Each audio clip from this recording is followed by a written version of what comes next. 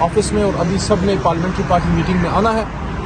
Case Khan صاحب کا cipher کا چل رہا ہے. میں پہلے دن سے سائفر کیس کو جھوٹ کا پلندہ کہہ رہا ہوں اور میں یہ کہہ رہا ہوں کہ یہ ایک غیرت مند لیڈر کو اس بات کی سزا دی جا رہی ہے کہ آپ سرنگوں کیوں نہیں ہوئے,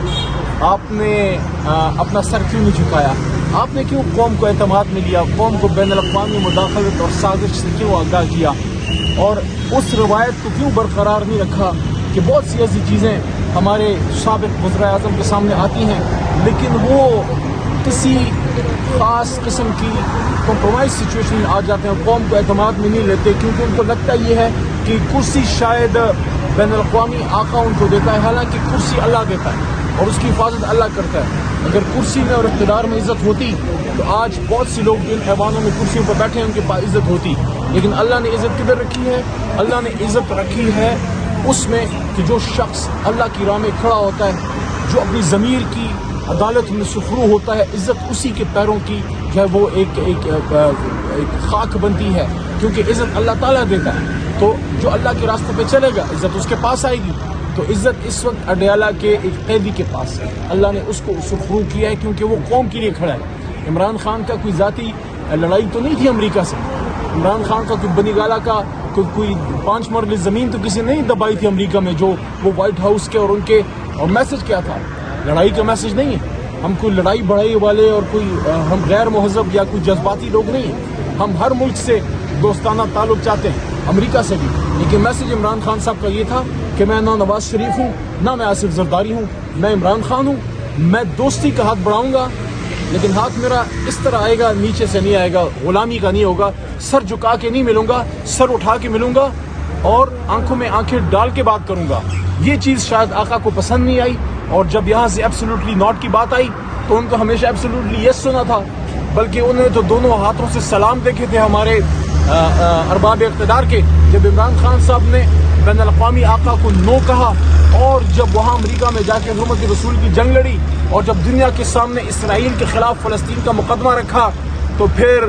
بین الاقوامی ہرکارے حرکت میں آئے اور ہمیشہ شاہ سے زیادہ وفادار مل جاتے ہیں. یہ امت مسلمہ کی بدقسمتی ہے کہ ہماری اندر ہمارے پیٹ میں چھرے گھونپنے والے ہمارے اپنے بہت سارے موجود ہیں, لیکن انشاءاللہ اس سائفر کیس سے عمران خان صاحب, شاہ محمود قریشی صاحب سرخرو ہوں گے, باعزت یہاں سے نکلیں گے, اور وقت قریب ہے جب خان صاحب انشاءاللہ دوبارہ اسی کرسی پہ بیٹھیں گے جہاں سے ان کو بین الاقوامی سازش کے ذریعے اتارا گیا تھا. اور دوسری بات یہ ہے کہ عوام سے مذاق بند کیا جائے. کل پھر جو الیکشن ہوا ہے وہ پھر 8 فروری کی ریپلیکیشن ہے. 8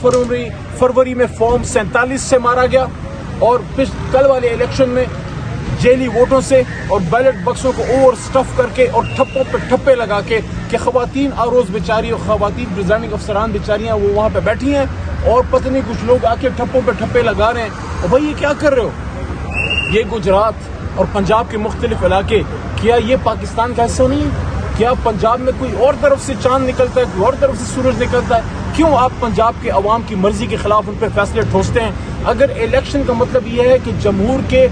فیصلے جو ہیں وہ آپ نے قبول نہیں کریں تو پھر ایسی جمہوریت کا کیا فائدہ جہاں جمہور کے فیصلے آپ نہ مانیں. تو کل کا جو الیکشن ہے ایک بار پھر پنجاب میں رک کیا گیا ہے اور تحریک انصاف کو ان کا حق ان سے چھینا گیا ہے. یہ بات کرنا کہ بڑی تعداد میں لوگ نہیں نکلے, ہمیشہ بائی الیکشن میں جن الیکشن سے تھوڑا سا کم لوگ نکلتے ہیں, لیکن یہ کیسے ہو گیا کہ جن حلقوں میں ہم 40 ہزار سے جیت رہے تھے وہاں آپ کے لوگ جیت گئے. بہرحال انشاءاللہ آخری جیت حق کی ہوگی اور جلد انشاءاللہ عمران خان صاحب. سر آپ نے الیکشن کی بات کی ہے, کل رانا ثناء اللہ نے بیان دیا ہے کہ سیاسی جو استحکام ہے اس کی ایک رکاوٹ ہے وہ بانی P T I Imran Khan ہے. جی ضرور, بانی پی ٹی آئی جب باہر آئے گا اس ملک میں حقیقی آزادی بھی آئے گی, عوام کی پذیرائی بھی ہوگی, عوامی حکومت بھی ہوگی, اور یہ جو ریجیکٹڈ فارم 47 کی حکومت ہے اس کا خاتمہ بھی ہوگا, اور اس ملک میں سیاسی استحکام بھی ہے, معاشی استحکام بھی ہے. فارم 47 زدہ اس حکومت نے اس ملک کو جس دھانے پہ کھڑا کر دیا ہے, جہاں آج دہشت گردی ہے, جہاں مہنگائی ہے, جہاں بے روزگاری ہے, اور سب سے بڑا جس طرح بھائی علی محمد خان صاحب نے کہا کہ جو رجیم چینج تھی یہ مسلم دشمنی کی شاخسانہ ثابت ہوئی ہے کہ آج اسلاموفوبیا میں مبتلا